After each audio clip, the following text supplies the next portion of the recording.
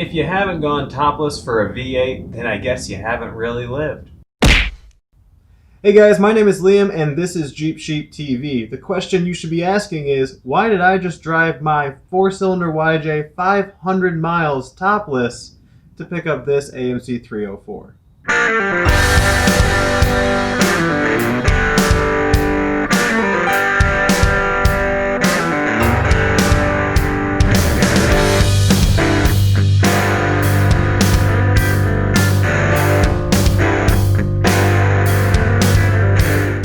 Put in a Jeep, of course. Come on.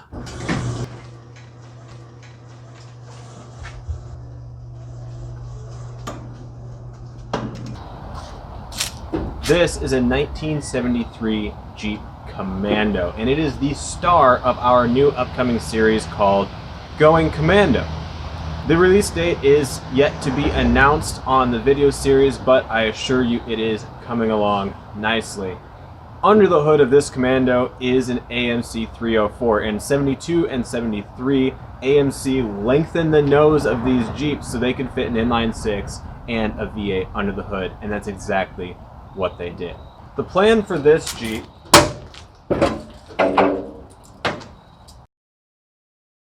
was originally to get this engine running and then drive this bad boy. However, after looking online at all of the different parts and pieces that I'd want to put on here, I discovered it's kind of an expensive endeavor. So what we discovered was a Facebook Marketplace post of an AMC 304 that was already built with all the parts I wanted for way less money than I would be spending on all the individual parts. So we're going to take this engine out of here, put that new 304 in, and make this thing the monster it deserves to be. We're going to be filming every step in the process of this Jeep build. And with that being said, we're also looking for anyone that wants to sponsor certain parts going on it. If that's something that interests you, or you just want to send me something fun, you can give me a shout out at jeepsheeptv@gmail.com. Again, that is jeepsheeptv@gmail.com. Send me something fun and I'll put it on the Jeep. This series should be a lot of fun, and with that being said, I can't keep all the fun on one channel. So this series is going to be posting on both Jeepsheeptv and Gone-Gpn. This Jeep was gifted to me by Greg at Unnoficial Use Only. He was kind enough to drop it off for free, and ironically, our budget really doesn't go much further than that. I jump-started us with the engine, but the rest is up to you.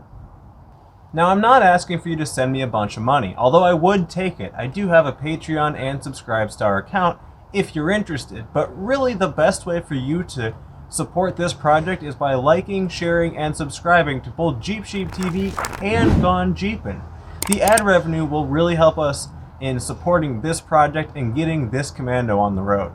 Okay. Back to the engine. The 304 in the Commando looks to be in decent shape, but we really wanted to do a refresh on it, gasket seals, maybe pistons, and some aftermarket parts. When I started totaling the numbers, the cost got kinda high, and so that's when I started looking on Facebook Marketplace for any alternative. Then I found Clint's post of this AMC 304 with aftermarket intake manifold and heads, and it's already been redone, and it's got a lot of parts for $1,200. It didn't take long for the math to add up, showing that this was definitely a good deal, and I should jump on it right away. My fear was that I'd get to his house and we wouldn't be able to get the cherry picker and the engine into the back of my Jeep with the hardtop on, and we definitely couldn't get it in the back of my Escape. So I had to take the top off. Now, being that it's mid-October, the weather could be both nice or not. And I actually picked a pretty good day, but it got a little chilly in the evening. Alright guys, here's the deal. This Jeep needs an engine.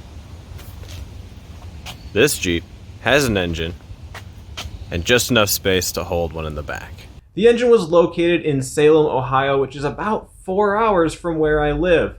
And then when I set out in the morning, I discovered it was kind of a windy day, which is, if you know, not great for 4-cylinder YJ. So Pushing it to its limit to hit 65, 70 miles an hour, I trudged on down the road. Now, I will tell you that the road was the Ohio Turnpike, and this time of year, it is absolutely gorgeous and actually smooth, which is a rarity here in the Metro Detroit area. So I was able to relax just a little bit. When it was time to load up the engine, Clint was nice enough to load it into the back of my Jeep for me. And really, he did all the work. So if you're watching, thank you so much. That definitely helped. It's a lot of engine and a little Jeep. The 304 definitely fills up just about every inch of cargo space, and everything else we filled up with the spare parts that Clint gave me to go with the engine. Now, it seems that every time I leave the house and go more than like an hour away, something happens to my cooling fan, and it did this time. It melted right by the fuse and completely killed it. Now, I forgot about this as we were loading the engine, and I completely overheated the Jeep. Luckily, it came back to life with no issue, and we were able to get back on the road. Aside from the fall colors, one of the highlights of the road was the people that I met. I met one gentleman at the gas station who did not know anything of the Jeep lifestyle and was very curious as to getting into it. I told him getting a Jeep with more than 4 cylinders is probably optimal and that he can find all the parts he needs online.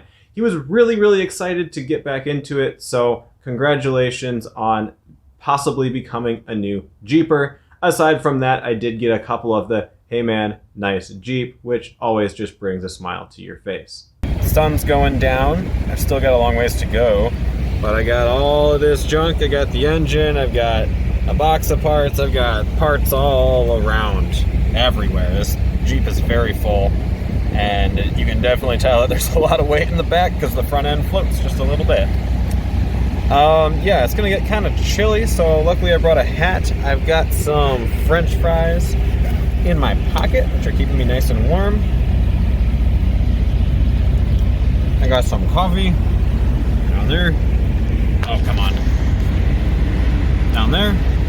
Hopefully I can drink it this time. Earlier the coffee was flying out of the cup because of the wind. I didn't like that too much, but I did figure out if you sit next to a semi,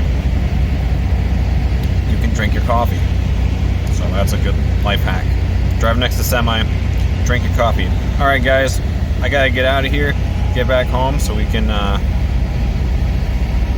sleep. Also, start putting this engine in the Commando. Yeah. The drive home was thankfully uneventful, although it did get a little cold right there towards the end. The Jeep handled okay. The gas mileage suffered due to the extra 600 pounds of engine that I added to the back of it. And yeah, the suspension lumbered just a little bit more than normal. We made it! Yeah! That was cold. One mild adventure later, and I have an AMC 304 safe and sound in my garage. The only problem is, I have no way to get it out of the back of my Jeep.